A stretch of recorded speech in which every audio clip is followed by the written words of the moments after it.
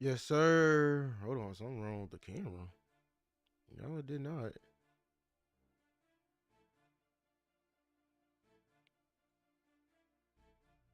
Hmm. What's good, everybody? Hold on, let me work out some of this technical difficulties. I thought I had everything together. Thought you had everything together. There we go. What's good, chat? Welcome back. Welcome back to another video, man. I'm your host, Lou. Welcome to Lou's Takes, man. We got a good one, man. Appreciate everybody for coming in the building. We got 16. As more people come in, make sure to like, share the content right here. We got a special one for you. Actually, inspired by y'all. Funny enough, inspired by this, the people. I listen to my people, man. I feel like, can y'all hear me okay? Is my mic levels okay? You know what I'm saying? I'm not too loud. Last video, I was mad because I was clipping and everything like that, man. But you know what I'm saying? Liz, we got a good one today, man.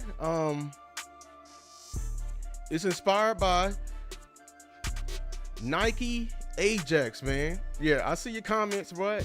And if he coming in here, I hope he sees this, man. He said, "Can you give us an enemy O-line report? Direct comparison." Man, I'm gonna do you even better. We're gonna do O-line and the damn D-line, you feel me? And the damn D-line, you feel me? So, as y'all know, I was Team Trenches.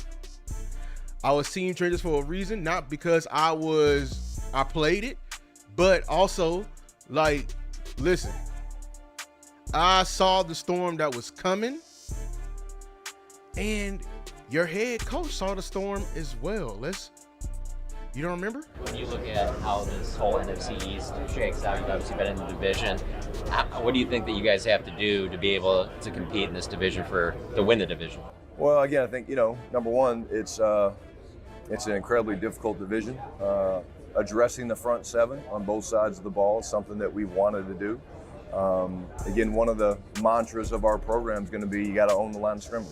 And so whether it's Philadelphia, Washington, the Giants, they all have good fronts. And so from an offensive perspective, you got to be able to do that. From a defensive perspective, you have to be able to pressure the quarterback. But it's going to be really a fun division to watch, but one that we feel very comfortable in our ability to go and win. When you look at So, you heard it from your head coach.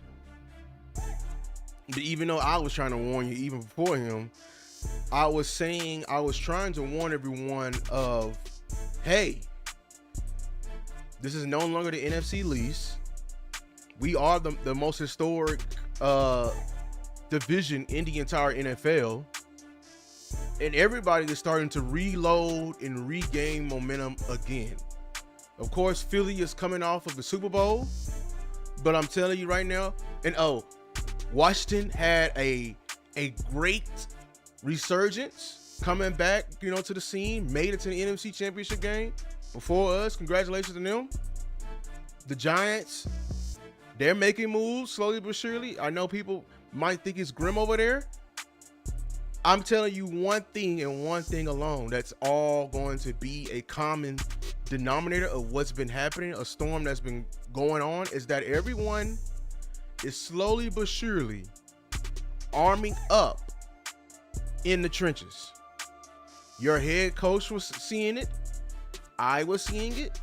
And now it's time to put everybody on notice and actually explain why is this the case, because I feel like team versus trenches, everything. I feel like everyone is seeing the highlight players on the outside and forgetting what's really the main battle within our division. The Eagles won last year. I feel like they were the most dominant up front in terms of trenches on both sides. You feel me? So we're gonna go through. I got visuals for y'all. I got visuals for y'all. You know what I'm saying? We gotta show it. You know what I'm saying? So let me go.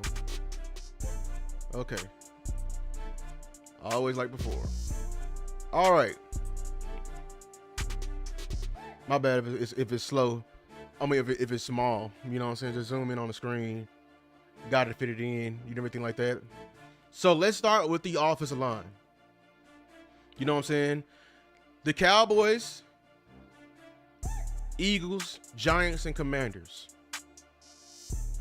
I want to start out by first saying that because the Cowboys, we retooled and everything like that. Guyton, BB, Tyler Smith, Booker, and Steele. I did a breakdown on that before. Make sure to go check out that video that I did on like in a deep dive why we're bound to like have a resurgence of a year, and if everything goes correctly, we can be one of the best units in the league. But as Ajax, he commented, Nike Ajax, what do we look like compared to our contemporaries, the guys we're gonna be seeing twice a year? So, in terms of the Eagles, Jordan Mailata, Landon Dickerson, okay, Cam Jurgens, Tyler Steen, and Lane Johnson. The Giants, they got Thomas, Runyon, Van Ruten, and Ellen Minor. The Commanders, Connolly Jr., they got Towson, and then they also got our former center from the Dallas Cowboys a couple seasons ago, Tyler Biadasz, leading that, and a guy in Veta. Now, what I want to go over, like, to show what is the landscape in terms of like each one's offensive line. The two teams that actually revamped were the Cowboys, us, and the Commanders. The Commanders completely revamped. Actually, that's wrong. That should be the Commanders also got in their starting guy from the Texans, Laramie Tunsil. I think that's what it says, Laramie Tunsil. You feel me? So they drafted Josh Connolly out of Oregon, and they got Laramie Tunsil, and they got some new, you know what I'm saying? We and it shows in our average age right here. Our average age is 24.6. Theirs is 24.5. So like, they had a passing of the guard.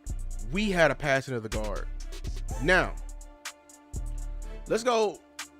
So with the Eagles, as you know, it's the former, probably even current best offensive line still in the nation. Jordan Mailata, y'all know that's the 7th round pick, the famous 7th round pick that had the massive frame, good mobility. Improving in pad level, but rarely gets beaten clean. His guard right next to him is Landon Dickerson, who's a very strong guard from Bama. Heavy-handed. He's a mauler. He's very strong. Early in Mozzie's career, some of Mozzie's worst tape was versus him, but as the years are going on, he's gotten better and better. He's to me, he's competing for one of the best guards in the nation. In the entire league. Cam Jurgens, the center, undersized but twitchy like his predecessor in Jason Kelce. He's just not as, he literally has the same profile as Jason Kelce, undersized and everything like that. Jason Kelce was just a bit more of a technician because even though he was undersized, the guy can still fight within, double teams and stuff like that. You feel me? And then Tyler Steen is the new guy. As you know, last year, this was Mekhi Becton. So Steen has functional strength, footwork, but still inconsistent in anchoring against bull rushes. Lane Johnson is the ageless technician in rare balance and mirror skills and still dominant with healthy. This offensive line was the best, last year. Probably, one of the models for it. Here's the weaknesses of this offensive line, of the Eagles. Age. Lane Johnson is starting to hit, them later years, man, them golden years in his career. He's been around for a very long time. I actually do not remember when Lane Johnson was drafted. I can tell you this, that he was literally Duke Manyweather's first client, what put him on the scene. So like he has a relationship with Duke. He sees Duke just like our players see Duke, and it shows it. But he's a technician. As long as you got technique, you know what I'm saying, and everything like that, you're gonna always be, you're gonna age and be able to walk out on your own strength. You feel me? And I felt like that's what our stars pretty much lost, because they just were breaking down. So as long as he can stay healthy, but age is a concern. Also, the right guard, Tyler Steen. This is the new guy, and and to me, I haven't seen very much film of him, because as you know, last year was Mekhi Becton. He's out of Alabama and everything like that. But I also put the guys that's also, we need to pay attention to. They also added. They added Kenyon Green. If y'all don't remember, that was the guard, the former first round guard, like 2 years ago from the Texans. And all my Texans fans, they were ready to get off him, man, because they thought that was a waste of a pick. And I didn't go over the coaches, but I'm gonna go back over the coaches because I want to touch on their scheme and everything like that, how they fit. Kenyon Green under Jeff Stoutland is something to pay attention to. I'm gonna say that again. I know Tyler Steen is the starting guard right now, former guard from Bama. I think he was like a third round pick a couple of years ago. Kenyon Green is the guy with pedigree, and he's finally finna have some great coaching. We know Jeff Stoutland, he's the best offensive line coach in the entire league. So it's best that we pay attention to that over there, because if they sure up that right guard, they may have a repeat of last year when it comes to just mauling up front, because if they can unlock Kenyon Green, that is their missing piece. And then also, they added Cameron Williams, the tackle from Texas, the right tackle from Texas. The guy, he matter of fact, if y'all remember him in the process of last year during the draft process, he was pretty high early on. But then as people and me began to scout more, we saw the flaws in Cameron Williams. Me being a Texas fan, I noticed that, hey, the kid wasn't starting long. So he's just a raw prospect. But if they can fix him, this is that development that they got going on. Because I'm telling you right now, their biggest issue with the Eagles offensive line is age. Age because of their tackles. Their tackles are aging. Mailata, he's gonna be out of here next. Maybe I'll give him about 2 to 3 years. He's probably on the same timetable as a Terrence Steele. But Lane Johnson is looking to go to that sunset very soon. But as far as this year, if they can figure out that right guard, they're gonna have a very strong year next year. Okay. All right, let's move on to the Giants. I got the Giants wrong, lad. So let me get them right. Their left tackle is Andrew Thomas, one of the top pass protectors in the entire league. Got great mirror ability, clean hands, and consistent base. John Runyon Jr., the left guard, is a reliable plug-and-play vet. They got clean footwork and balance, excels in pass sets, average push and run game. John Michael Schmitz. This is this is Mozzie's favorite player to go against. Fun fact: when y'all watch some of Mozzie's best film from last year, it was versus John Michael Schmitz, or the center from the Giants. Schmitz brings upsides and battled with injury and inconsistency. So they got another guy that we should pay attention to that maybe in the game, because John Michael Schmitz has a lot of injuries. Is Ben Bredson, who's a steady vet. Then they got Greg Van Roten, the right guard, journeyman interior player who plays a good pad level. And then Jermaine Elemenor, versatile swing tackle, experienced both sides, physical edge setter with upside and pass rotate. I'm gonna keep it a bean with you. This might be, on paper, this may be the worst offensive line group in the division. This may be the worst one. I love Andrew Thomas, you know what I'm saying, rocking the 7-8 and everything like that. He's been struggling with injuries and stuff like that. Their interior, it seems like every year that the Giants were trying to like solve and get somebody in here that can, what's the best way to say it? They're trying to get, they're trying to find some more guys in here. Like when they drafted Will Hernandez, that was a good pick. They just couldn't build up off of it. You know what I'm saying? Like finding multiple guys. I know we stole one of their guys 2 years ago. Thank God, because they were eyeing Cooper Beebe as well. But their interior, I believe, is their weakness of it, and it shows because Mozzie had a field day. Yeah, you're right, Marcus McFarland. Shout out to everybody that's in here, man. Make sure to like and subscribe to the video. We going through it. You feel me like that? We going through it. But oh yeah, they did draft somebody. It's a key notable rotation guy, Marcus Bowe. Y'all remember him?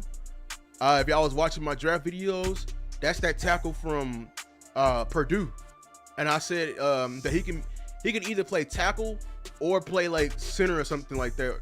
If he can get even bigger, he can be a guard. But he just had great hand fight, great replaceability, and everything like that. So I'm looking at the Giants. They brought in a bunch of journeyman vets to help solidify it. Hopefully it can do that. They just trying to hold on until they can find the next guys in there. And then their edges, Ellen Manoa is somebody new. They brought in the journeyman. They finally sat down Evan Neal. Oh yeah, I forgot to say, they moved him from tackle to guard. He's just not starting. I don't know if he's gonna win that spot in camp or stuff like that, but hey, Neal was fooled at tackle, especially versus Michael. So if he can be something powerful, be something more in that at guard, maybe it fixed their issue. I just feel like their interior is just not strong enough right now. So I can only imagine that they're gonna have a lot of they may change their scheme a little bit and be more zone and everything like that. They are a power zone. Shout out to everybody, everything like that. But yeah, like, so injury and just it's just lack of continuity. They got a lot of new guys on this offensive line. So I have the Giants last. I didn't say what I'm gonna put the Eagles. I might have them one, but we're gonna go back through it and everything like that. The Commanders. Actually, everyone else highlight everything else that everybody else highlights, like all the other moves. I felt like last year they underwhelmed in terms of offensive line. Even though they made it far, it was underwhelming. So they did some very good things to their offensive line that I'm actually proud of. They were weak on the exterior in terms of their tackles. They drafted Josh Connolly Jr. and I misspelled Laramie Tunsil. That's the tackle from the Texans. Laramie Tunsil is going to be anchoring their left side, or there's a blind side, high upside, tackle. Still got some years on him. I had some Texas fans, like they were ready to move on for Laramie Tunsil for the wrong reasons. Mainly because I think it was mental last year. I think he led the league in terms of false starts. You feel me? In terms of false starts. But in terms of ability, I think he still has something. I think this is a very interesting pickup for them because they desperately need it because of their tackle play last year. They were just holding on by a thread, but they got to, in my opinion, they overachieved. So they did good by not just settling in what they had and actually constantly adding to it. Nick Algoretti, championship experience, heavy hand guards, great awareness, reliable in short sets and double teams. Tyler Biadasz, former Cowboys center, Pro Bowl caliber center, smart, well-balanced interior offensive lineman with a good solid anchor, solid communicator.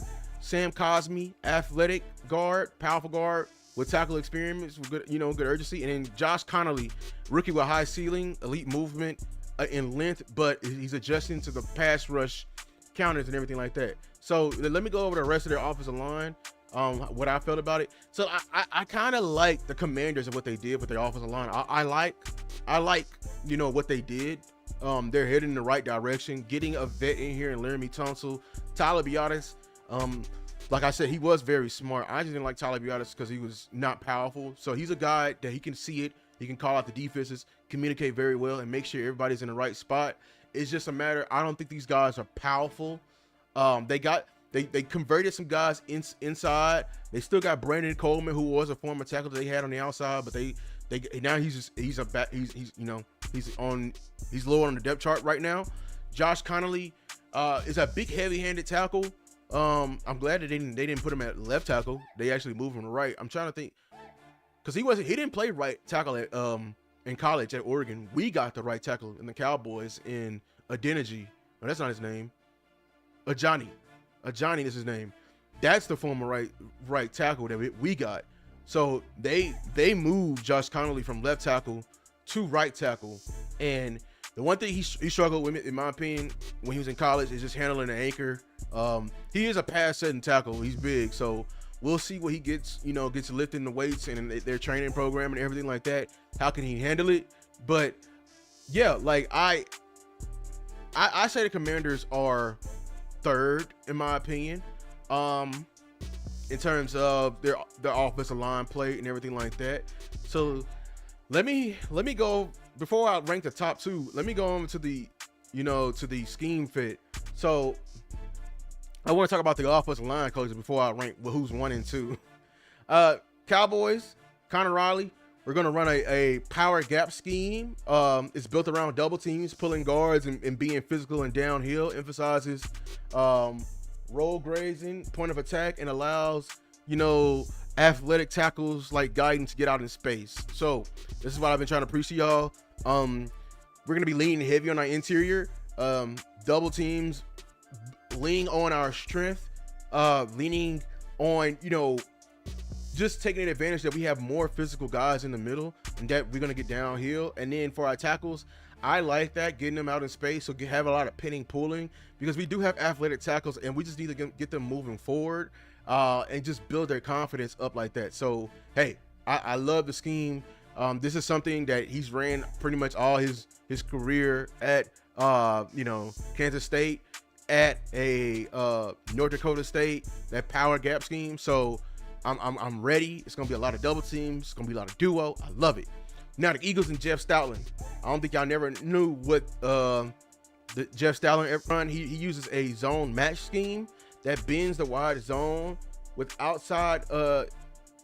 inside zone and RPO attachments, built on spacing, and thrives in combo blocks and reach blocks and high IQ and adjustments. Okay, that means a lot of their scheme is meant to stretch the defense thin and give the running back multiple lanes to deal with.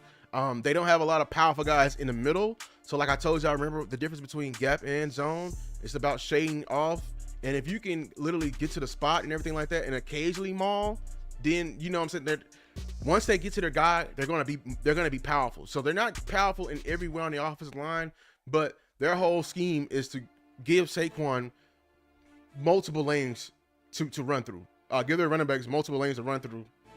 And then they got added help to the offensive line. If y'all didn't know, they run the RPO, which is run pass option, which means they're always occupying the eyes of the linebacker, even safeties, alley defenders, and everything like that, playing the numbers game so they can win to their exposal. Because if they feel like they can get there and get the block, then they feel like, hey, they got numbers and they can win like that. All right. Carmen Bracillo is a power zone hybrid, blocking inside zone concepts with man blocking power plays. The goal is to simplify the reads, okay, and for a retooled, giving versatile alignment like Runyon and Thomas freedom to anchor and pull. So I feel this is smart by them, going with a simplified run scheme, because they got a lot of new players like we were talking about on the Giants and everything like that. And Andrew Thomas is the left tackle, number 78 from the Giants. Like I said, he loves to move in space. So yeah, they're simple. They have a zone, power zone hybrid, which means they can either they like some of their blocking schemes are mesh. They may have duo with zone schemes on it as well. This is all for Tyrone Tracy. And then now we got to watch out for that power, because they got old Scatter Boo Boo. From Arizona State. So we got to watch for him on them power schemes and everything like that. So that's what they're going to be dealing with. So they may be sneaky. The only thing that's keeping the Giants from being good is their continuity. And then we got Bobby Johnson with which focuses on outside zone system that threatens horizontal displacement, foot speed, and leverage, and the scheme leans on athletic tackles and linemen to sustain blocks, okay, and reach blocks while creating cutback lanes. Remember, I told y'all about the Commanders. I don't think their interior to offensive line is very strong, so they run a lot of outside zone, and you got to, especially when you got a guy like Tyler Biadasz. Tyler Biadasz was a very athletic, he can pull and everything like that. So, and then thinking about Cliff Kingsbury, this is that Texas Tech offense. This is, you know, that air raid, you know, offense that he's got with it, because all of this that they're doing up front is married into what they're trying to do in the back. So they got a lot of lateral plays, easy buckets for Jaden Daniels, for him to, you know, outside zone. They don't have, you know, scary running backs, but you give somebody like Austin Eckler outside zone, Brian Robinson, which is the whole point of outside zone, is to spread the defense thin and give the running back multiple lanes to go, like I said before. But it's just an easier blocking scheme on your running back because they're just shading off. You know what I'm saying? They're shading off and everything like that. So, going back, the final rankings of the offensive line for the NFC East. I still, in my opinion,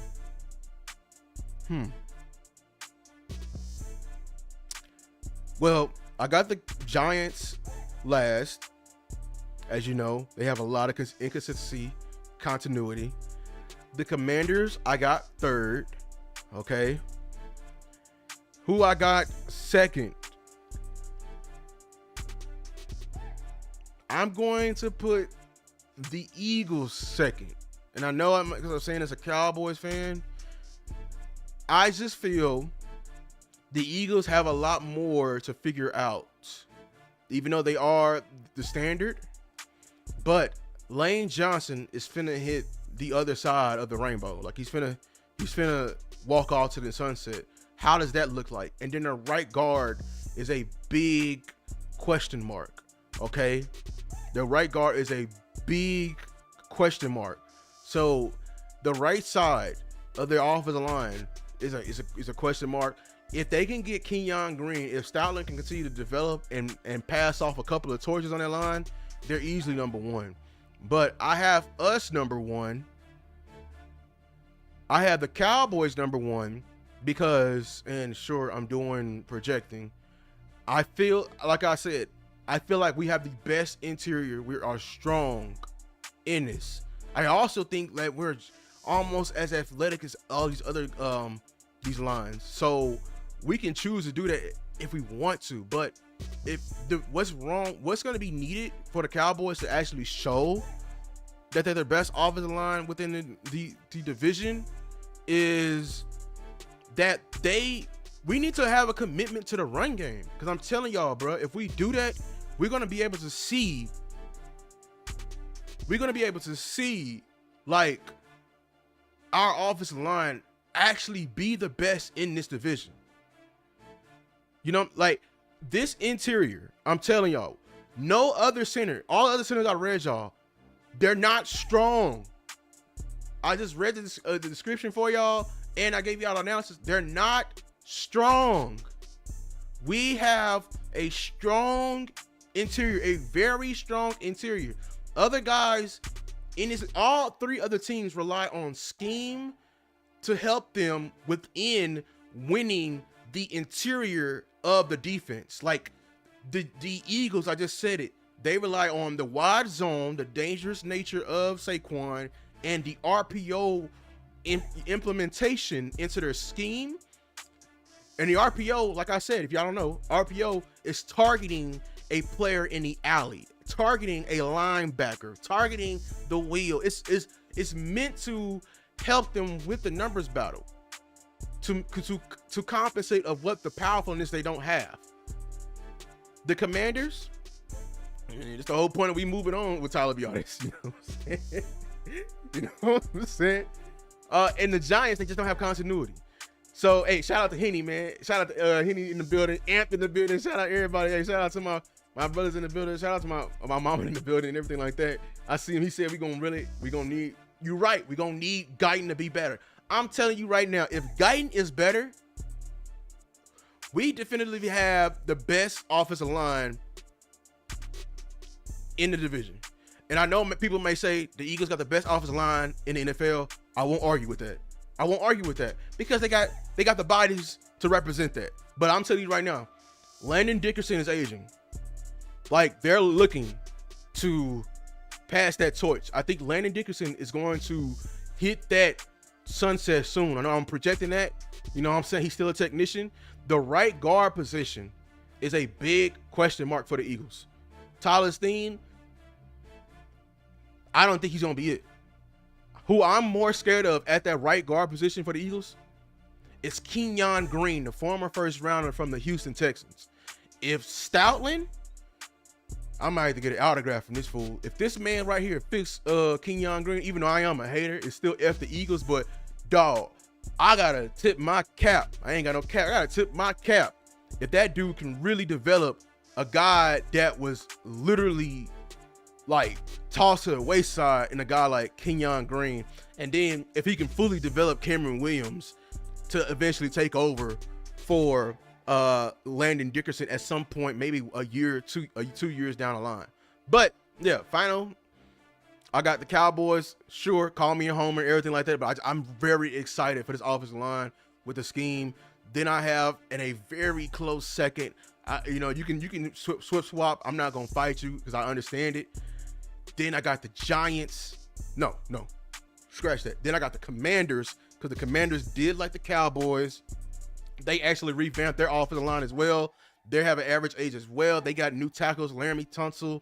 You know what I'm saying? And they got Josh Connolly from Oregon. So Cowboys, Eagles, Commanders, Giants. That's the final order for me. Now, shout out to Nike Ajax. Yeah, you inspired this whole video, man. Shout out to everybody out there. If you coming in, make sure to like and subscribe to content right here. That's the offensive line. We love O-line over here. I broke down the scheme and everything like that. Broke that down. You know what I'm saying? High level content. Now, let's get to the defensive line. Cowboys, Eagles, Giants, Commanders. Can I come back to this? We're gonna go over what each coach is running. I want to go over the scheme first and break that down for y'all. You know what I'm saying? Hit the like button. We know the players. I'm gonna come back to the players. We're gonna come back to I just want to go over each scheme, okay? Each scheme. Just break down with me, okay? Cowboys, Aaron White Cotton. We run a classic even front. If we're going to learn something today, bring your notepad out so I can tell y'all about these fronts so y'all can know about these fronts. 4 down that emphasizes aggressive, one gap penetration, quick interior pressure, prioritizes twitch explosiveness, and fast read disruptors like Osa. 3 tech. And Micah over traditional 2 gapping. Say that again. 4-3 even. He wants 1 gap, firing off the ball, everything like that from everybody else. But from the 3 tech, yeah, you're firing off. You need you as you fire off, pick up your head, be able to defend laterally from B gap or A gap to your C gap, so be able to defend laterally and provide interior pass rush. That's what Eberflus wants, and that's what Aaron White Cotton are agreement on. You feel me? That is our defense. I just told y'all what you're gonna be looking for on Sundays. You're welcome. You feel me? Eagles, Clint, what's his name? Hurt with 2 T's. Deploys a hybrid. Remember that word, hybrid. 4-3 front.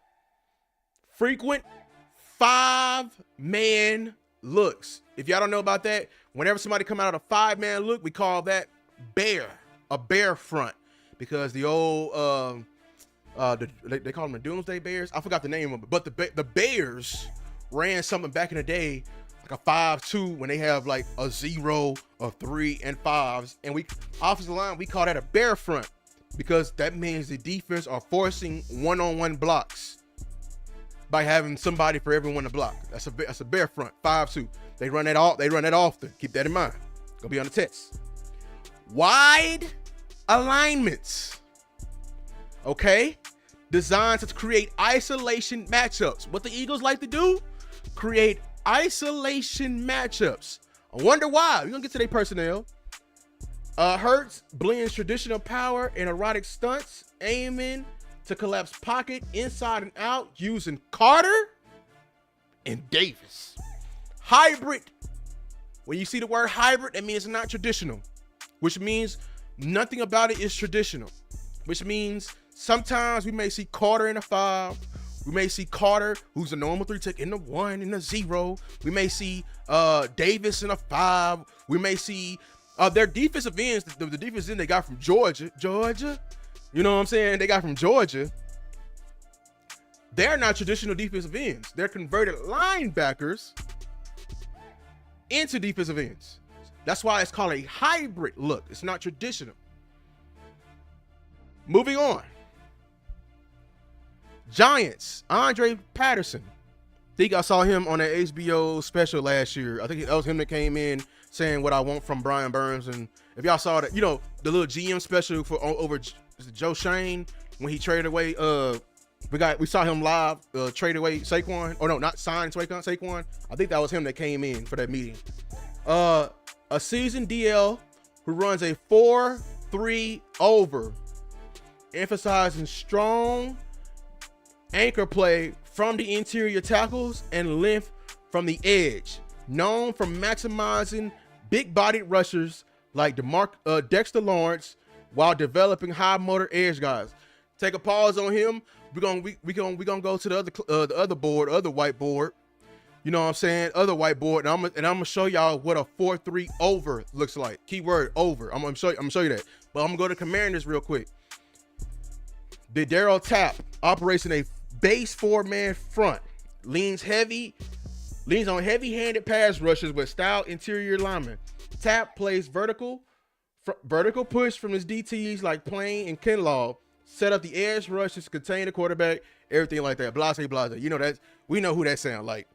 Dan Quinn, DQ, you know what I'm saying? So, back to Andre Patterson. We're gonna teach y'all a little bit. So if y'all don't know what a 4-3 over look like. Somebody said I'm getting the 4-3 defense. 4 down linemen, 3 linebackers. But Lou, what does the over mean? I'm glad you asked. Settle down. Right here, I know this is a weird Google image. The double line on the circle represents the center. That's the center, quarterback right behind him, guard, everything like that. As you can see, there's 3 guys. If we're looking at it, it's to the left of us because we're on the defense. But on the offense, there's an extra guy over there because there's a center with the 2 lines, the A gap. You see the A gap. Then there's a guard, B gap, tackle, C gap. Who's that over there in the D gap? That's the tight end. That signifies the strength of the offense. That's the strength of the offense where we have numbers at. So this is where the over, and then I'm gonna teach you about under just briefly. Over means when we set up our 4-3 front, we're putting the 3 technique to that side. Say it again. 4-3 over means the 3 technique is to the strength, which means it basically means like they're shifted over. Okay, we're shifted over. They're 4-3 under. If the 3 technique in 4-3 over is to the strength side, what's on the 4-3 under, Lou? It's the opposite. It's the 1 technique to the strength. That means it'd be the nose would be, or the tackle right here would be in the A gap, and it'd be a giant, C and B gap will be uncovered, covered by the Sam, but that's an under. But right here we're showing you the 4-3 over. So going back, who was that? They said they're running 4-3 over. Oh, that's the Giants. The Giants, they love this look right here. They love putting their 3 tech and having a strength towards your strength. Okay, and then they didn't have it in there, but I should have put it in there. The Giants also like to run a 3 down front, a hybrid look. So let me go back to that. Actually, go back. Defensive line. Oh, that was a tick. That was a. Okay. All right. Now.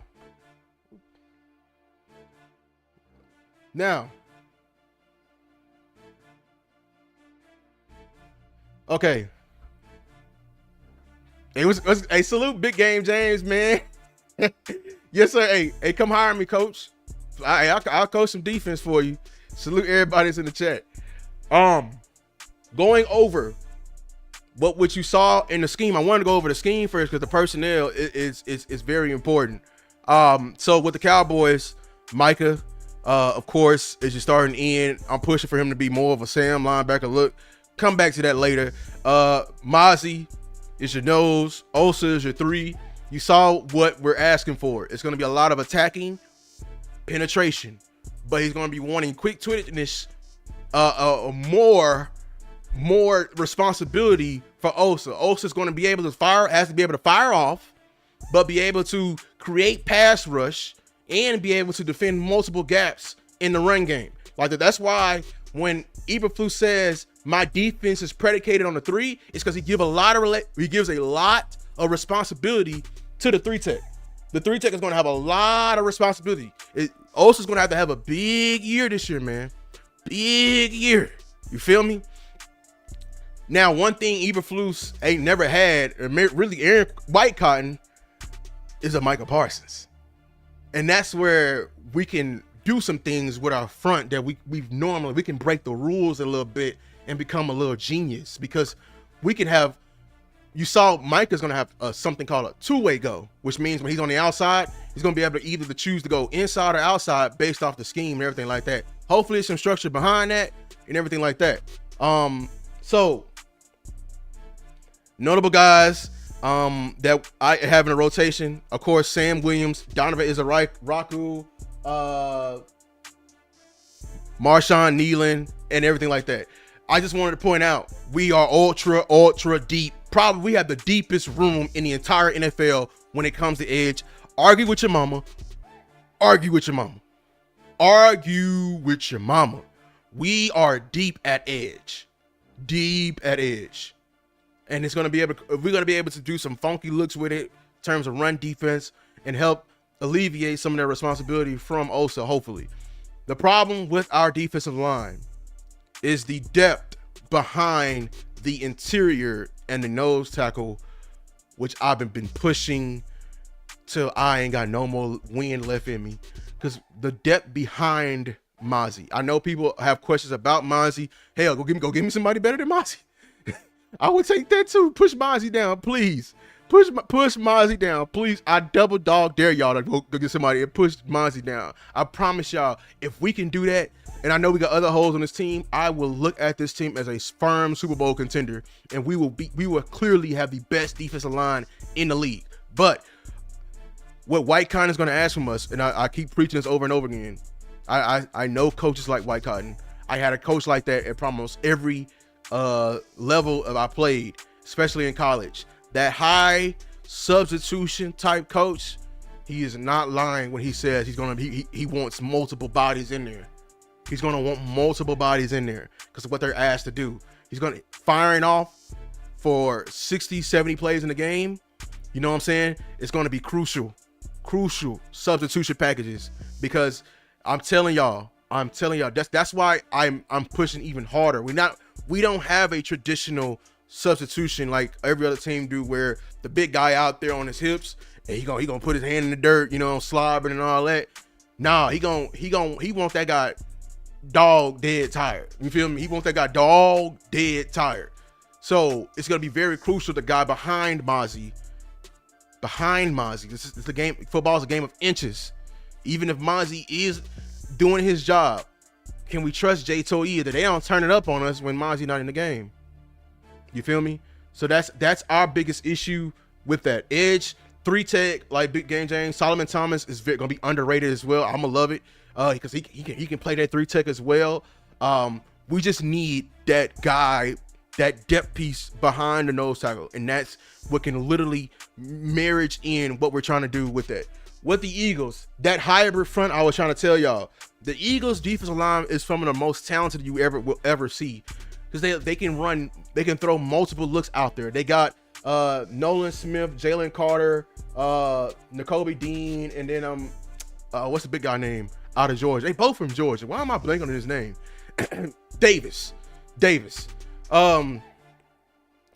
As you saw, they can even get into like a 5-man front. I'm interested to see. Oh yeah, man. Oh my God, dog. Oh, big game change. You remember our guy? Dog, man. The Eagles had a hell of a draft, man. Even though he's a rookie, they got a good. Carter and Davis are the vets. So with their looks, y'all, they have the perfect. And I mean, bro, the defensive coordinator name start with a V, for the Eagles. I'm blanking on his name, but they got the perfect rookie. They can come in here and actually like, you know what I'm saying, coach up, because he fits exactly what they're trying to do. And that is Ty Robinson, that rookie defensive tackle out of Nebraska, bruh. I feel like I really wanted to put that on there in show, because Fangio, yes, Vic Fangio. Shout out to Henny, man. I don't expect Ty Robinson to have a giant contribution, but dog, you have Jalen Carter on your team, and you got Jordan Davis, and ain't no telling what else they may bring in. They may not even be done. And Ty Robinson coming in to be and perform that hybrid role.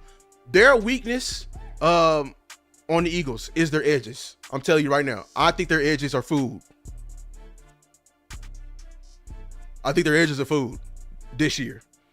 They thrive, as you saw, in spacing, creating the one-on-one, the natural one-on-one matchups, isolating Dean and the other guy they got a lot of Georgia players, isolating them two.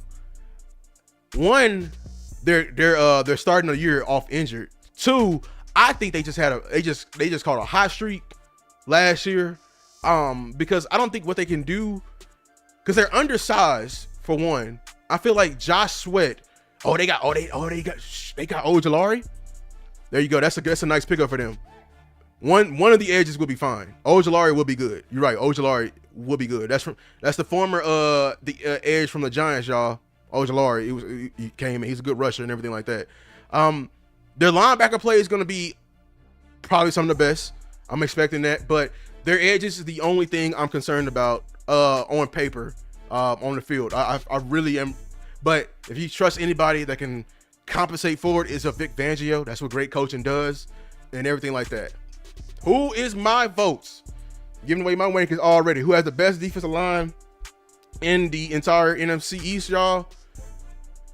It's the Giants. Oh my God, it's the Giants, dog. The Giants are scary. Kayvon Thibodeau, Brian Burns as your edges. Right now on their depth chart, I don't know why, but I guess I'm interested to see what they're gonna do with this. But they got Abdul Carter listed as a Sam linebacker. What's going on with that? You know what I'm saying? I'm interested to see how they deploy that. You know what I'm saying? And then you got big Dexter Lawrence in the middle. They, in my opinion, spoiler alert, they are in my opinion, the best defensive line in the NFC. In the NFC. The Giants, I know people are looking at the offense and thinking they're going to be a pushover. Their defense is going to make all their games a bloodbath. I'm telling you. And I already told you how like they love that 4-3 over front. If y'all was watching me, y'all know that the obscure looks they love to give. Like, they know team scheme for Dexter Lawrence and what they like to do. Sometimes they'll line up into like this obscure 4-3 over where they'll put 3 defensive linemen on one side of the formation and create like a natural stunt. But when it's doing that, it's confusing the offensive lineman, thus creating what? A one-on-one matchup for a Dexter Lawrence. So I'm telling you right now, like, The Giants' defensive line is going to be a headache. It's going to be a headache. And then I'm telling you, Abdul Carter, I love this dude film. I love the dude film out of Texas. Out of Penn State. I'm really interested to see how they deploy all three of them rushers. I'm really interested. I think, my opinion, Kevon Thibodeau gets pushed to the side just a bit. But if they got Abdul Carter listed as a Sam linebacker, that's the stuff I'm trying to do with Micah. I'm telling y'all right, I'm gonna be pissed, bro, if they actually do the stuff with Abdul Carter, what I've been pushing for Micah, because I want Micah to play that Sam linebacker role, and they're gonna probably, I already can see it. They're gonna have him, they're gonna run a 3-down traditional front, sacrifice one of the linebackers, and put Abdul Carter on the field and tell him, hey, pick a gap. Because I think he ain't just nasty on the edge. I think he's just like Micah.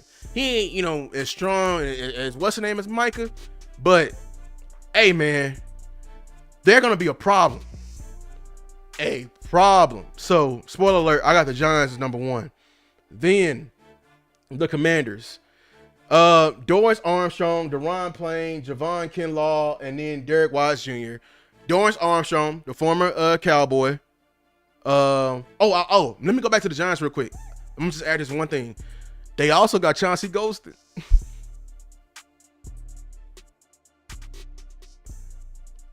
Y'all forgot, right? The Giants got Chauncey Golston. Y'all, I'm telling y'all, and y'all know how much Chauncey Golston, even though he that tweener, I love, Chauncey Golston's effort will always earn respect in my book. You feel me? But let me move on to the Commanders. Dorrance Armstrong, the former Cowboy. We know.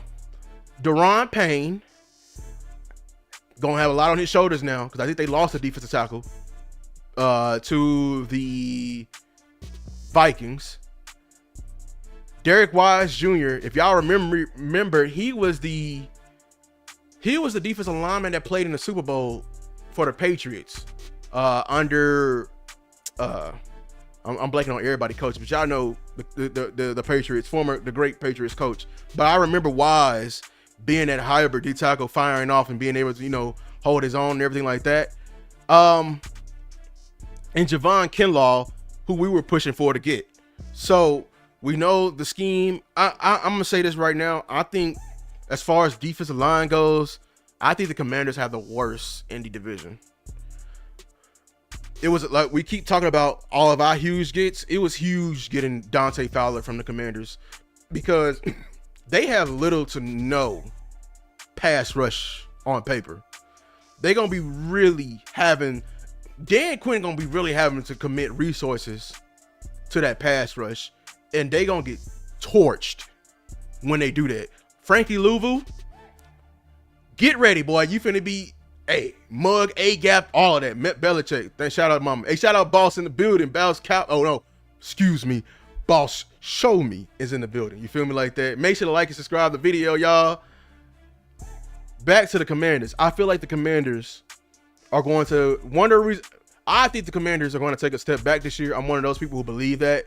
I was impressed what they did with the offensive line. I wasn't impressed what they did with their weapons and their defense. Their defense, that's the biggest reason why they finna take a step back, because they lost Dante Fowler and they already weren't a out of this world pass rush type team. We know Dorrance Armstrong. I just feel like they're going to be a team that's going to have to commit resources to the pass rush, and when they do that, they're going to get torched. When they're going to have the need to like blitz in order to create some type of pass rush, they're going to get torched. Deron Payne, he has my respect. Just Dietrich Wise, it's been so long since his heydays with Belichick. I don't know. Like this, they didn't do enough. Like a lot of people was hyping up the Commanders. They didn't do enough in a lot of areas of this team, and that's why I've been questioning. Why everybody been like, oh, the Commanders they're gonna smack up on the Cowboys? Shit, you got to. I'm gonna have to see it, because, like I said, you losing Dante Fowler, who's your double-digit sack guy, and you already don't have you're gonna have to be committing resources to that. So my final rankings, who I have as the worst defensive line in the division, I'm going to have to give it to the Commanders, who has as number 3.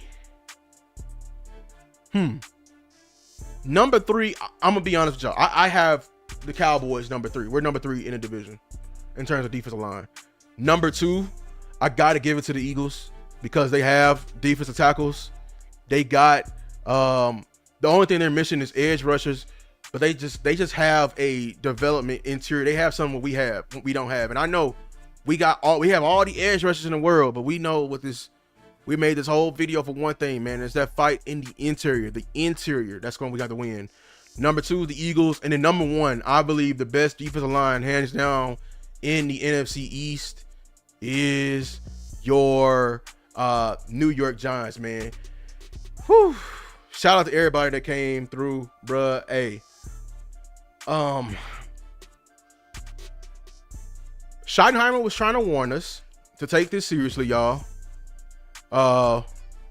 Because like we were saying, like he was saying the game was won up front, and that like even to compete in this league with our divisions, we were going to have to get serious about getting up front. In my opinion, we handled one side. Did we handle the other? I don't know. I think we were very strong at the edge position. I think we're going to be able to get sacks. I'm not impressed with sacks. You feel me? Like, because at the end of the day, I know what football they're going to do. When they see you are good at one area, they're not going to let you, they're going